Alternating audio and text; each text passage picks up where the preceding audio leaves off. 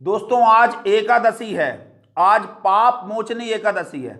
इसकी कथा बड़ी प्यारी है, कृपया आप सभी लोग ध्यान पूर्वक सुने। ऐसा हुआ कि ऋषि च्यवन के शिष्य ऋषि मेधावी, च्यवन ऋषि वो हैं जिन्होंने च्यवनप्राश की टेक्निक विधि इजाद की थी, उन्हीं के नाम पर इसका नाम च्यवनप्राश रखा जाता है।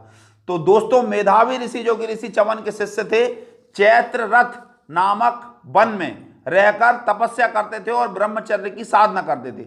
एक बार ऐसा हुआ कि कुछ अप्सराएं चैत्ररथ वन में विहार करने के लिए, घूमने के लिए आई। उनमें मंजुघोषा नाम की अप्सरा प्रमुख थी।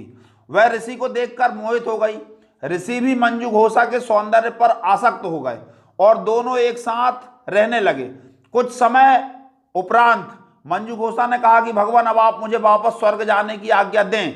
इस पर मेधावी ने कहा कि हे भद्रे, कृपया कर शाम की संध्या होने तक तुम मेरे पास रहो।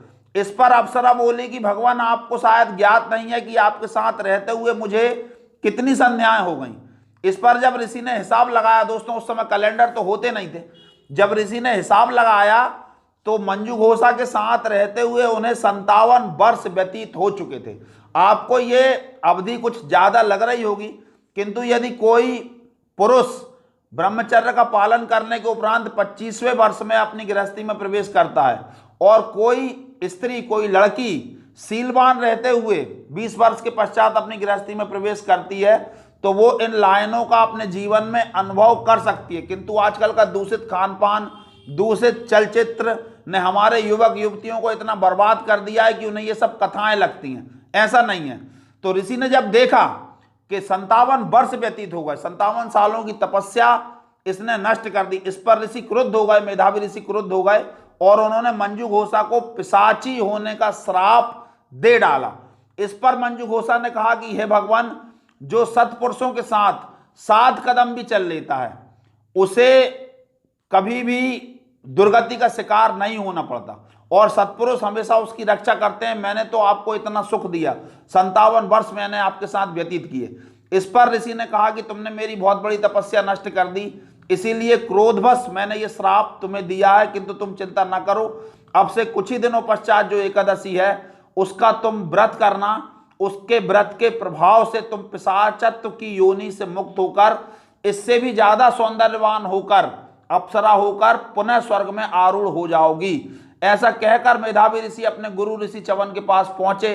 च्यवन ऋषि ने मेधावी ऋषि को देखकर कहा, बेटा तुमने ये क्या किया? तुमने अपनी संपूर्ण तपस्या का नाश कर दिया। इस पर मेधावी ऋषि ने उनसे क्षमा मांगी और कहा कि भगवान अब आप मुझे पुनः तपस्या से संयुक्त होने का कोई उपाय बताएं।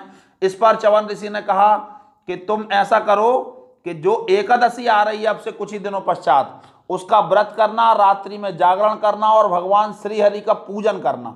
यदि तुम पूरी तरह से रात्रि जागरण करते हो और पूरा ठीक तरह से विधि विधान पूर्वक व्रत करते हो तो तुम पुनः अपनी तपस्या से संयुक्त हो जाओगे। इस पर ऋषि मेधावी ने एकादशी का व्रत किया। पाप मोचनी एकादशी के प्रभाव से वह पुनः अपनी तपस्या से संयुक्त हो गए और मंजुघोषा भी पिशाचत्व की योनि से छूटकर पुनः अप्सरा बनकर स्वर्ग में आरूढ़ हुई। तो दोस्तों कृपया कर इस एकादशी का व्रत अवश्य करें। यदि आप एकादशी का व्रत ना भी कर पाएं तो कृपया इस दिन चावल खाने से परहेज जरूर करें। इस दिन चावल बिल्कुल भी ना खाएं। दोस्तों कृपया हमारा वीडियो लाइक और चैनल सब्सक्राइब करना बिल्कुल भी ना भूलें। राधे राधे।